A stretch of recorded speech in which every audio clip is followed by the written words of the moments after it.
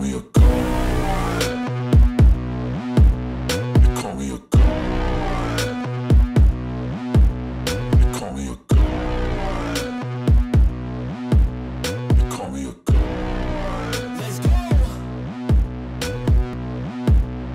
बेकायदेशीर ठासणीची बंदूक बाळगून शिकारी करता गेलेल्या तरुणाला स्वतःच्याच बंदुकीची गोळी लागून त्याचा मृत्यू झाल्याची घटना माणगावमध्ये घडली आहे। माणगाव तालुक्यातील कवळीचा माळ येथील जंगल भागात शनिवार दिनांक 11 जानेवारी रोजी ही घटना घडली।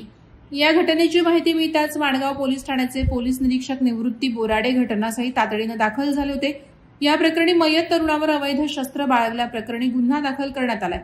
या घटनेमुळे सर्वत्र खळबळ उडाली असून माणगावात अवैध ठासणीच्या आणखी किती बंदुका आहेत याचा शोध पोलीस घेत आहेत। माणगाव तालुक्यातील पाणोसे आदिवासी वाडी जवळील कवळीचा माळ येथील जंगल भागात सकाळी 7 वाजण्याच्या सुमारास मधुकर सखाराम वाघमारे वय वर्ष 32 हा त्याची बेकायदेशीर ठासणीची बंदूक घेऊन शिकारी करता झाडावर बसला होता।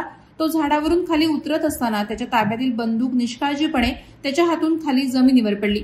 ती बंदूक जमिनीवर पडताच फायरिंग होऊन बंदुकीतून सुटलेली गोळी थेट मधुकर वाघमारे याच्या उजव्या मांडीत घुसली। त्यात तो गंभीर जखमी होऊन त्यातच त्याचा मृत्यू झाला।